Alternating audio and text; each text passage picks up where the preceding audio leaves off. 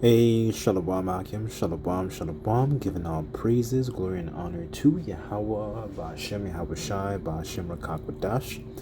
Double honors to the apostles and the elders of Great Millstone for teaching us his truth and citations to the sincere Akim and Aqua that may listen. May the blessing of election be upon your house. My name is Raquai. I'm back in here with another quick and Lord's will, as always, an edifying lesson. And for today's lesson, I just wanted to do a little bit of exhortation, for a lot of us younger brothers that, we may not have a woman, but understanding that we are still valuable, still profitable, without one, and not attaching our self-worth and our self-value to having a woman, right? And Yahweh Shai said a man's life, to roughly paraphrase, a man's life consisteth not in the things which he possesseth, right? And one of the things that a man would possess is a woman, right? But this is to help give a stronger sense of self-esteem boost, being nigh unto Yahweh Bashem El Shai, boasting in righteousness, right? And understanding that our self-worth isn't defined by actually having a woman around us, because when you look at the landscape of a lot of these these people in this world, especially these young men, a lot of these people, because when you look at and you think about the thoughts that run through their mind, their self-worth is strongly attached to having a woman, and without that they're basically kind of like empty inside. There's nothing else to them. There's no substance to them. There's no they have no wisdom. They have nothing to share. You know what I'm saying? When King Solomon was visited by the Queen of Sheba, he had he was able to as a matter of fact, let me get that. Let me start with that actually. Okay, this is Second Chronicles 9. I'll start at verse 1 and I'll read down to 4, and it says, and when I'm reading in the AMP, and it says, and when Queen of Sheba heard of the fame of Solomon, she came to Jerusalem to test Solomon with riddles, and she was accompanied by a very large number of attendants with camels bearing spices, balsam oil, and a large amount of gold and precious stones. And when she came to Solomon, she talked with him all about what was on her mind, and Solomon answered all her questions. Nothing was hid from him, which he did not make it clear to her. So when the Queen of Sheba saw the depth, here's the point, the depth of Solomon's wisdom, and the house which he had built, and the food of his table, the vast seating order of his officials, the attendance and service of his ministers, and the attire of his cupbearers, and his straight way which he went up to the house of the Lord, she was breathless. So she was taking in the ambiance. She was taking in the atmosphere, how well arranged the house of the Lord was, how decked out the servants were, how well mannered the cupbearers were, their attire, but and I wasn't going to use Solomon as an example, but one of the key things, though, which just came into my mind, was that Solomon, he prayed, for wisdom, right? And what does the scripture say about that? It says that wisdom maketh a man's face to shine. So so Solomon was essentially adorned with the wisdom of Yahweh Bashem Shai, right? There was a lot more to him rather than the woman, rather than the women, right? Because when people think about Solomon, they think about, all the wives and concubines that he had. But that was one of the things that a lot of people may not know, was the fact that he prayed for wisdom. He said, I am but a child, to roughly paraphrase.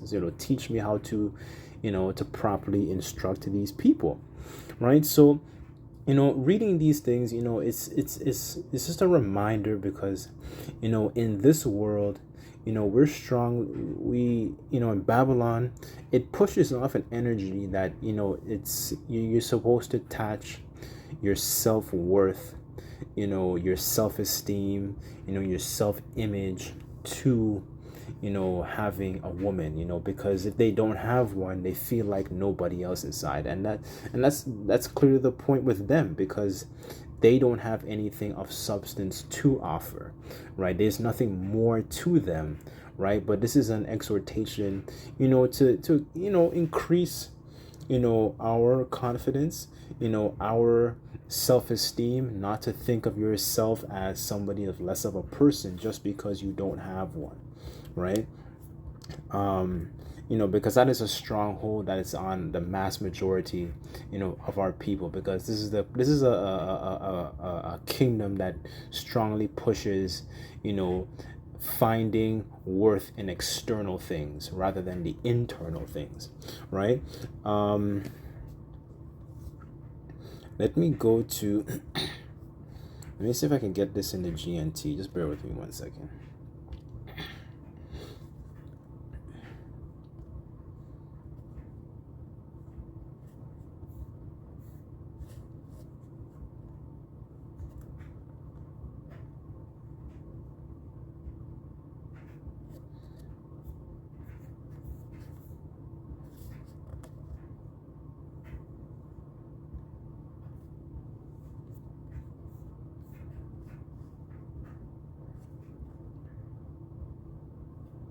Okay, this is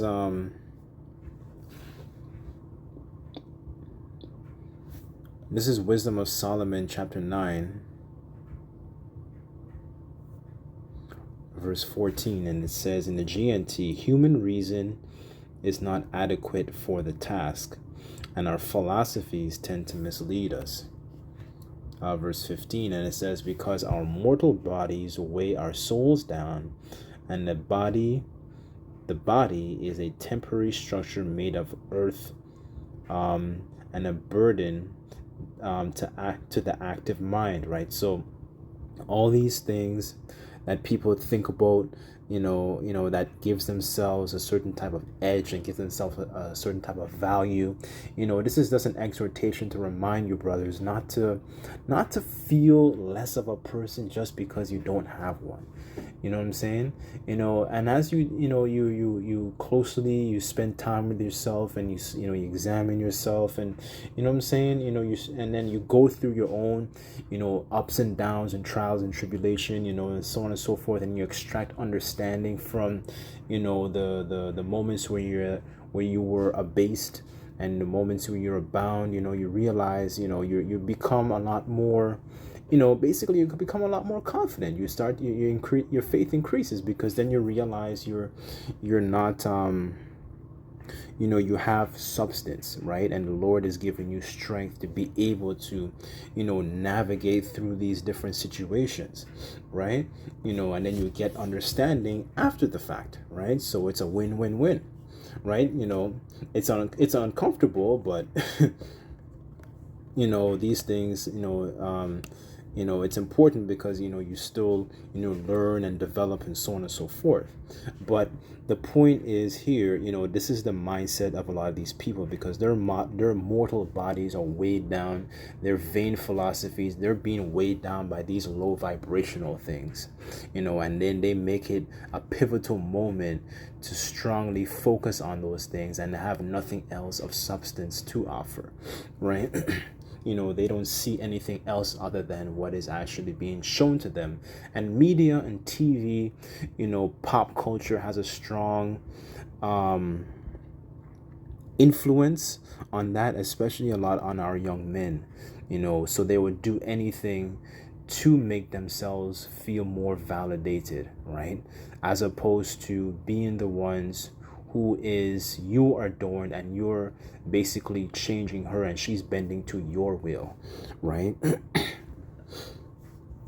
So let's see, let me go to here. I wanted to read this in Genesis.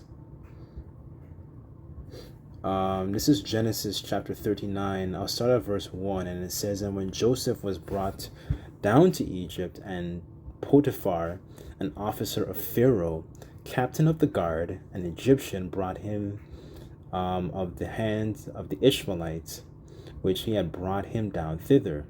And the Lord Yahweh was with Joseph.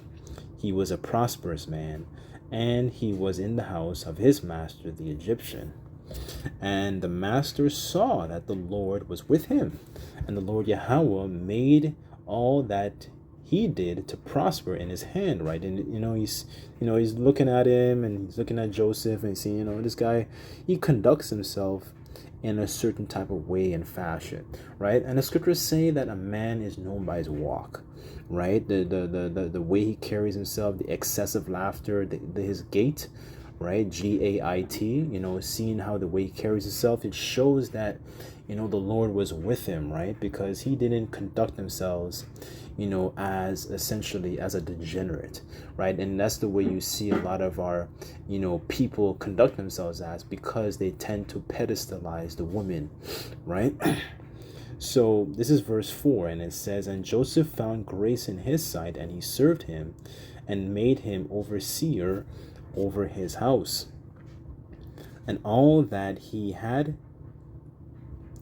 put into his hand. And it says, and it came to pass from the time that he made him overseer in his house, and all that he had, the Lord Yahweh blessed the Egyptian's house for Joseph's sake," right? So just Joseph being, just by Joseph being in the Egyptian's house, the Lord had favor over and had regard over that house just for Joseph's sake. That's how nigh Joseph was unto Yahweh Bashem Yahushai, right?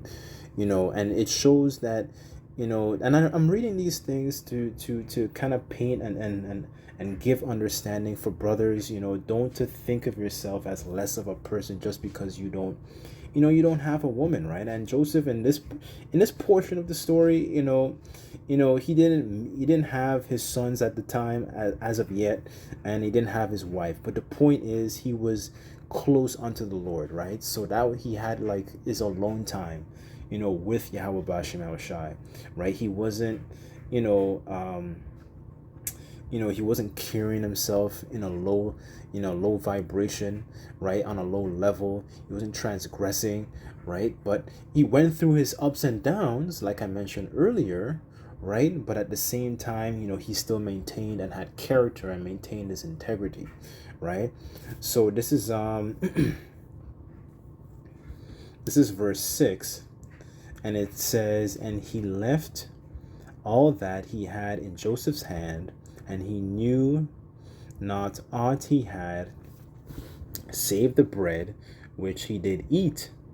And Joseph was a goodly person and well favored," right? So let me get that word, favored.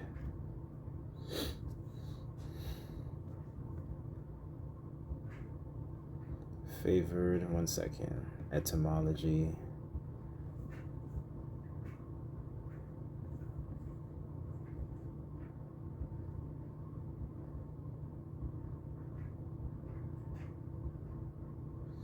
Okay, so here, look at that. It says enjoying unusual advantages. So you see, you had the advantage was that the Lord had favor also over the Egyptian's house for Joseph's sake, right? That was an advantage, right? As opposed to, for example, the other houses that were in Egypt, right? It says, let's see if there's any more here.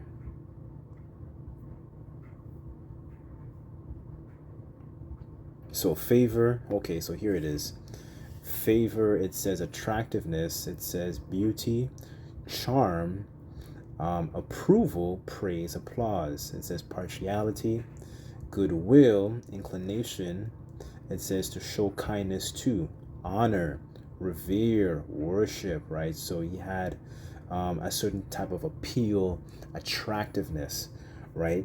He wasn't just some low level, type of degenerate, and right, and we don't conduct ourselves as low level degenerates. Why? Because we have that, as it says right here, if we have that reverence, we have that honor towards Yahweh Bashim Shai, right? And people can sense those things, right? People can pick up on that vibration, right? Because we don't conduct ourselves as degenerates, right? And this was one of the key points that we were discussing at camp last week, about beauty, and essentially beauty as a whole. Because as a nation, when we look at the nation of our people, our men, and the women too, but as a nation, we don't look very good looking, in the eyes of the Lord. Our people, and it goes into like when we transgress and we go against the ways of the Lord, we start looking very ugly. We start becoming like a smoke in his nose. We start looking, like we have bald spots, like we have acne, we have, because we're supposed to be an attractive woman, unto the eyes of Yahweh Bashim Shai, right? Let me get this in Sirach, because we're the wisdom is supposed to adorn us, make us look, more attractive. Where was I? Okay, that was Ecclesiasticus.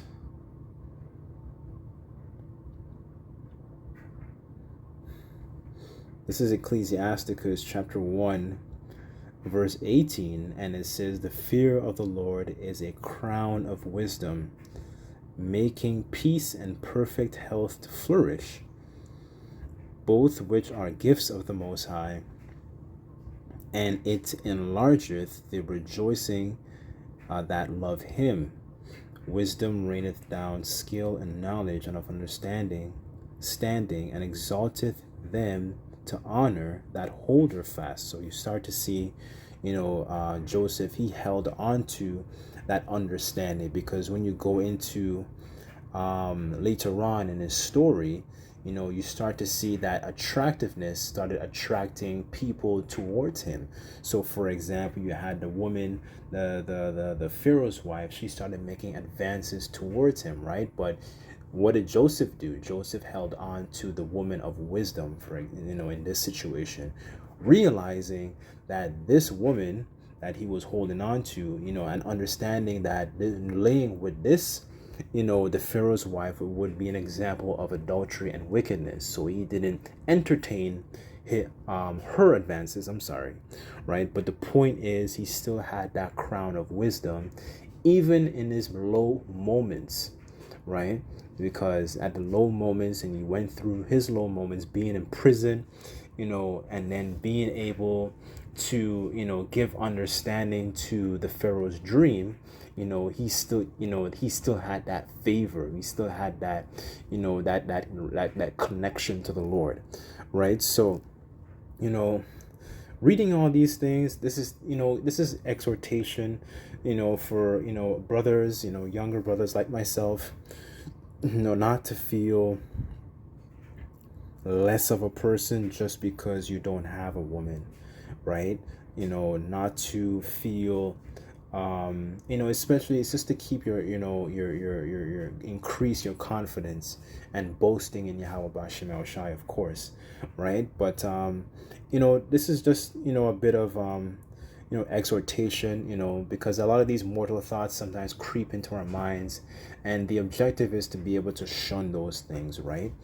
Because even if you brothers might experience this themselves, when people keep dwelling around you, and they keep speaking to you, they feel more inclined to some of them, I'm saying not all of them, but some of them would feel inclined to actually start to make changes, towards